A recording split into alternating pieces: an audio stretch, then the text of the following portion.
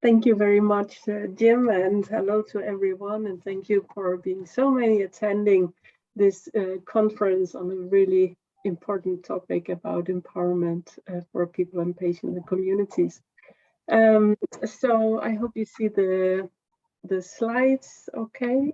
And the topic for me today is indirectly on health literacy, but very much directly on how do we change our language about the people we serve. Very often we hear that we're talking about vulnerable groups.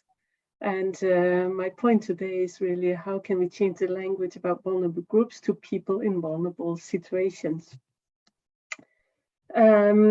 Because we've seen the trend that has been outlined really well in the past presentations today about humanizing health, about changing the perspectives from disease-oriented systems to people-oriented systems with a larger focus not only on care but also prevention and not least health promotion and well-being, also what was called positive health. And also because we've seen a large gap in inequity, as was said in the opening speech this morning, we are not really having services that are fit for purpose. So we want to have a transformation, and how do we stimulate that transformation to happen? I know all the people attending this webinar, I think we are quite keen on making that change, but how do we get the rest of our colleagues on board? Well, first of all, we have to recognize, I think, the people that we are leaving behind, who are left and not having the same access to the services that we try to provide to them for all kinds of reasons. And having worked with the Council of Europe in Strasbourg, so that's an organization that works with more than 50 member states in Europe, on democracy and solidarity, we have developed this list of people who are really very often in vulnerable situations. So sometimes about women and girls, sometimes it's children we focus on refugees and internally displaced people, could be stateless persons, minorities, indigenous peoples, migrant workers, these people with disabilities, people of age.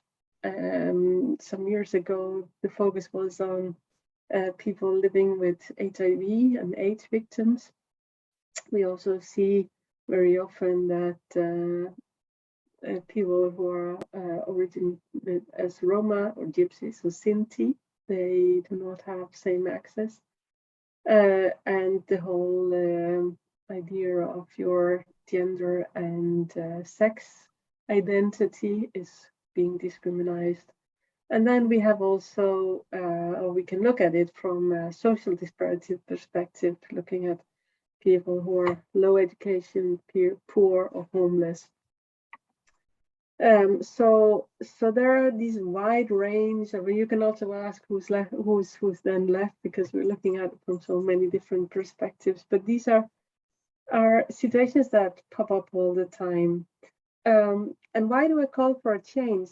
It's because as professionals, I very often hear us use, and I say I was using these labels about people in vulnerable situations, that they're vulnerable, they're hard to reach, they're excluded or underserved, might be hidden, disadvantaged, or that they're marginalized, they don't have a voice, and sometimes referred to even as subjects. So I think we have work to do. We have work to do as professionals in the way that we include people in our work to make sure that it's with them and not only for them. Because probably unintentionally, we provide or we create a stigma. We are not as inclusive as we want us to be, or that we think we are.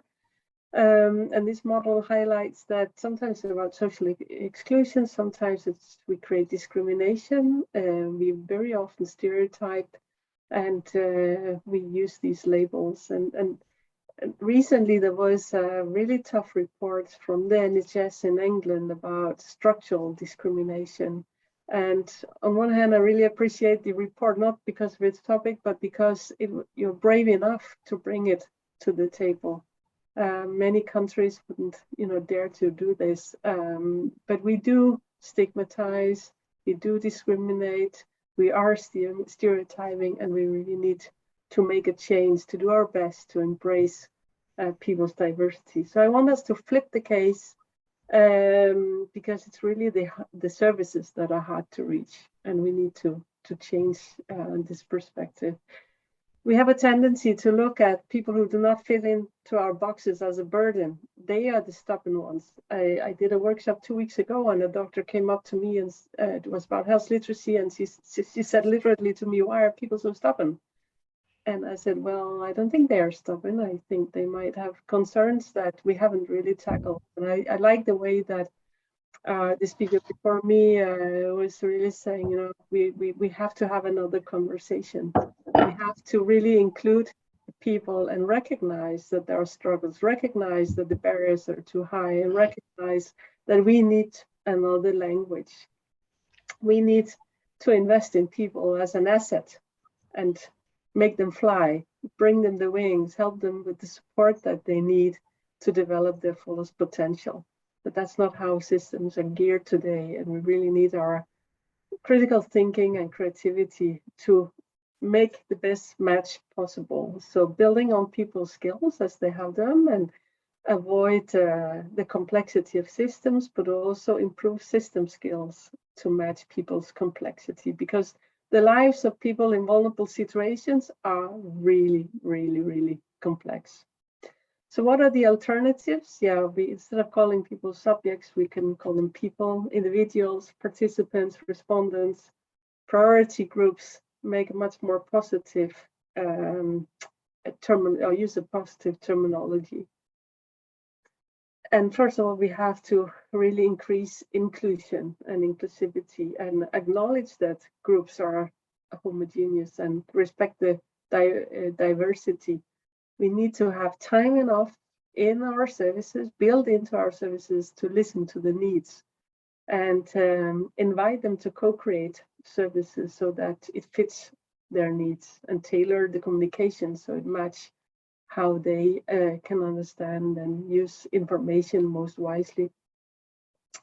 And that means we also have to facilitate, a room of confidence, and make sure that it makes sense, that it gives meaning, and that we embrace cultural sensitivity. And then we are looking for really sustainable long-term solutions. And it is a long-term journey we are on. It's so hard to change behavior, not only for the people we serve, but also for ourselves. We need to learn a new language. We need to speak in a different way, change the conversation. And that's hard. It's really hard. But these kind of fora like we have today with the conference, where we can learn from each other and get some energy and inspiration, I think that will help us on that journey. So for me, first and foremost, it's about humanizing health, and work for the right to be, and the right to become, and the right to belong. And I hope with all your efforts that you're doing the same. So eventually, in a couple of years, we have changed the paradigm. So thank you for facing the challenge and be the change. Thank you.